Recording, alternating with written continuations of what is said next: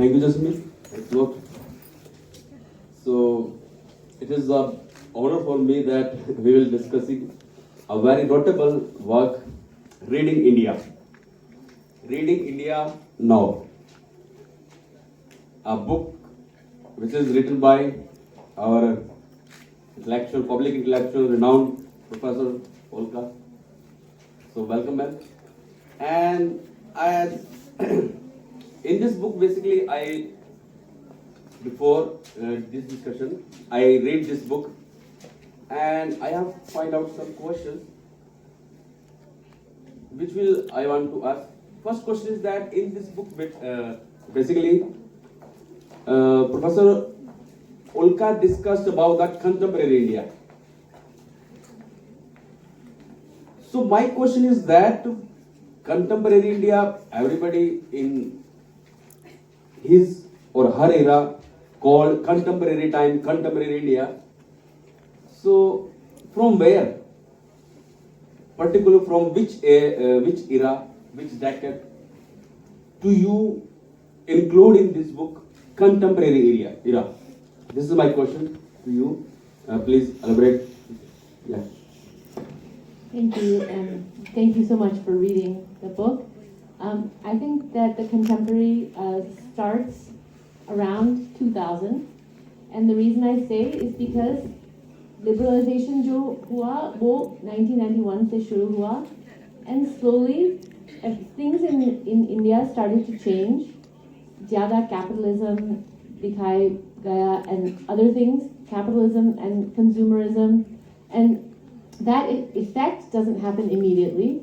It takes some time to affect society.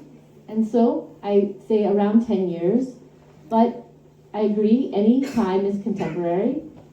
So I'm saying not only is it a contemporary time, but it requires a new approach to understanding the literature. So the book is about literature and film and television, some television.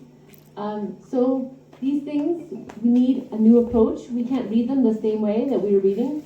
Earlier I talked about do group jo hai, colonizers or colonized, and that's a very limited way of reading what's happening now.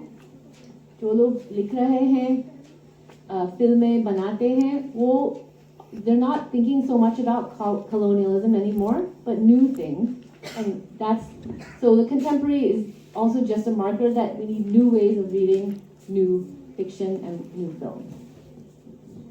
Thank you, Professor. Thanks. As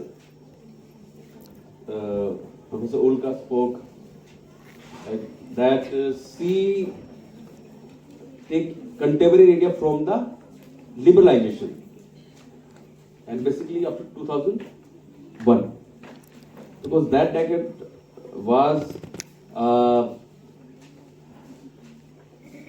brings so many changes in the global era. And my another question is that as I'm a student of social exclusion and inclusion, so how you think social exclusion in the context of India? Yes, ma'am, please. I think partly what we see is less focus on questions of exclusion, but different ways of focusing. So I taught one chapters on Aam Aadmi films. So there was many films came out in which there was like Aam Aadmi who had to like Gabbar is back and Lage Raho Munna Bhai, others. There's Aam Aadmi who had to kind of take on be a political subject for the common people because the state was not doing it. So these films, I think, are not traditionally what we call social justice. They don't talk about caste. They don't talk about, really class. The Aam Aadmi he could be anyone. Kahani is another one that came with Vidya Balan. So these films, they're doing something political, but not in the traditional way of social justice. They're not advocating for uplift or azadi or emancipation, but they're asking for a new politics, a political system that, and remember we're talking about, they're addressing a context in which many middle class people historically would not vote in India. So it's politicization, but not, I don't think it's social justice.